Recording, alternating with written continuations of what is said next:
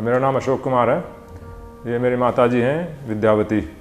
इनकी उम्र है 78 ईयर ओल्ड है। तो अभी तक क्या था इनका, तो यहाँ पे ट्रीटमेंट हुआ है वो था, इनको ब्रेन सर्जरी हुई है जो कि बिल्कुल अब ये बिल्कुल ठीक है।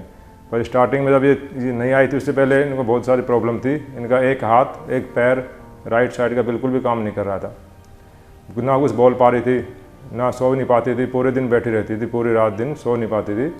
तो फिर हम इससे पहले कई हॉस्पिटल में गए, कई डॉक्टरों को दिखाया, तो कहीं भी ट्रीटमेंट नहीं हुआ। फिर यहाँ पे किसी ने बोला MRI स्कैन किया इनका ब्रेन का, उसमें फिर जो ट्यूमर डायग्नोस्ट हुआ तो हमें किसी ने रेफ़र किया कि नारायण हॉस्पिटल है गुड़गांव में, DLF फेज़ 3, वहाँ पे लेके आए।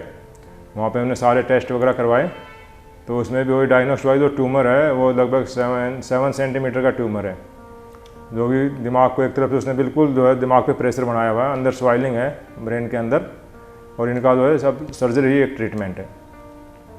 तो फिर हमने यहाँ के डॉक्टर अनुराग जी हैं जो न्यूरो सर्जर हैं, उनसे हमने कंसल्टेंस की।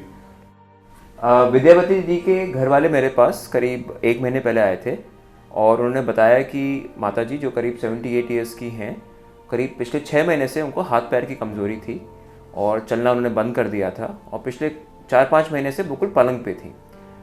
करीब लास्ट ईयर जून में उनका एक पहला MRI हुआ था जिसमें उनको एक बड़ा ट्यूमर डायग्नोस किया गया था और तब उनको सर्जरी बताई गई थी एक बाहर हॉस्पिटल में।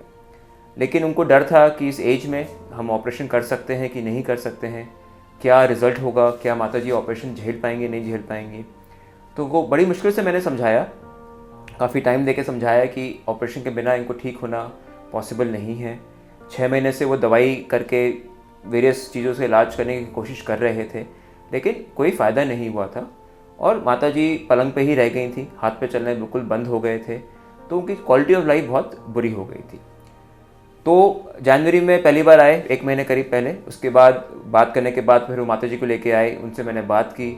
माताजी स्ट्रांग थी, उन्होंने बोला नहीं मुझे ठीक होना है, वो चाहती थी कि वापस चले फिरे।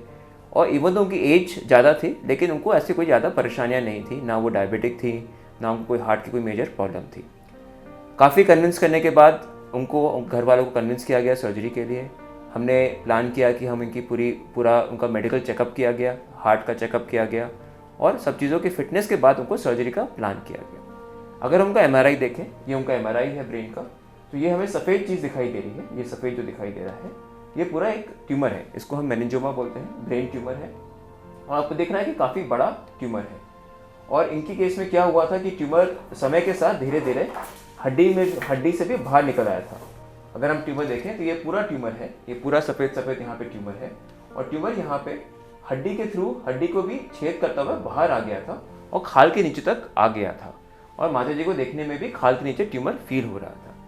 तो सर्जरी के लिए हमारा प्लानिंग था कि हम नेविगेशन गाइडेड सर्जरी करेंगे।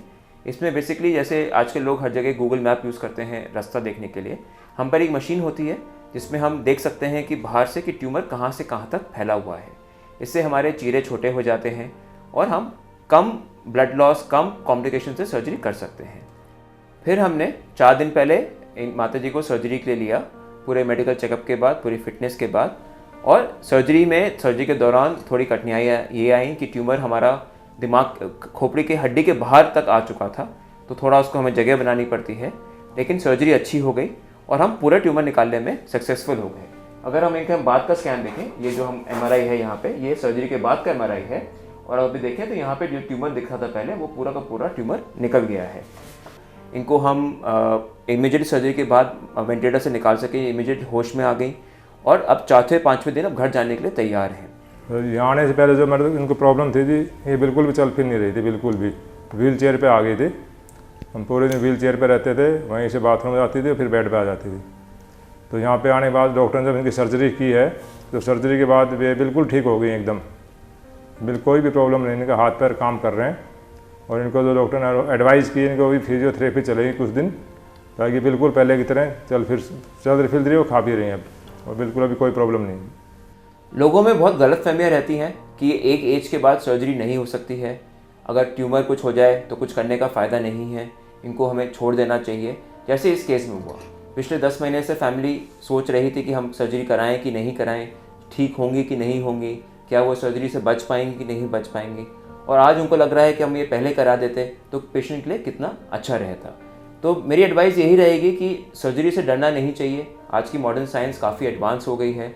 अगर कोई एल्डरली पेशेंट होता है या पेशेंट्स को मेडिकल प्रॉब्लम होती है तो पूरे प्रिकॉशंस के साथ सर्जरी की जाती है, सब सावधानियाँ बरती जाती हैं और ये संभव है कि बड़ा से बड़ा ट्यूमर एडवांस एज में भी आराम से निकाला जा सकता है और पेशेंट को एक अच्छी लाइफ और अच्छा फ्यूचर दिया जा सकता है।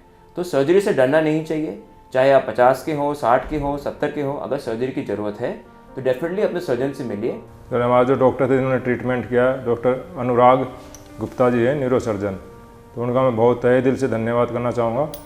उन्होंने बड़े ही अपने से इनका ट्रीटमेंट किया है, बड़े प्यार से रखा माता जी को और एकदम बिल्कुल ठीक होकर जा रही हैं। तो डॉक्टर अनुराग गुप्ता जी का मैं बहुत धन्यवाद चाहता हूँ।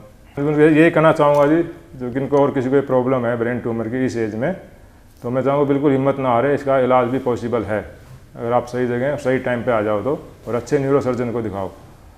तो ये नहीं कि इसमें आगे कोई प्रॉब्लम, ये पॉसिबल है कि इस चीज़ का इलाज हो सकता है।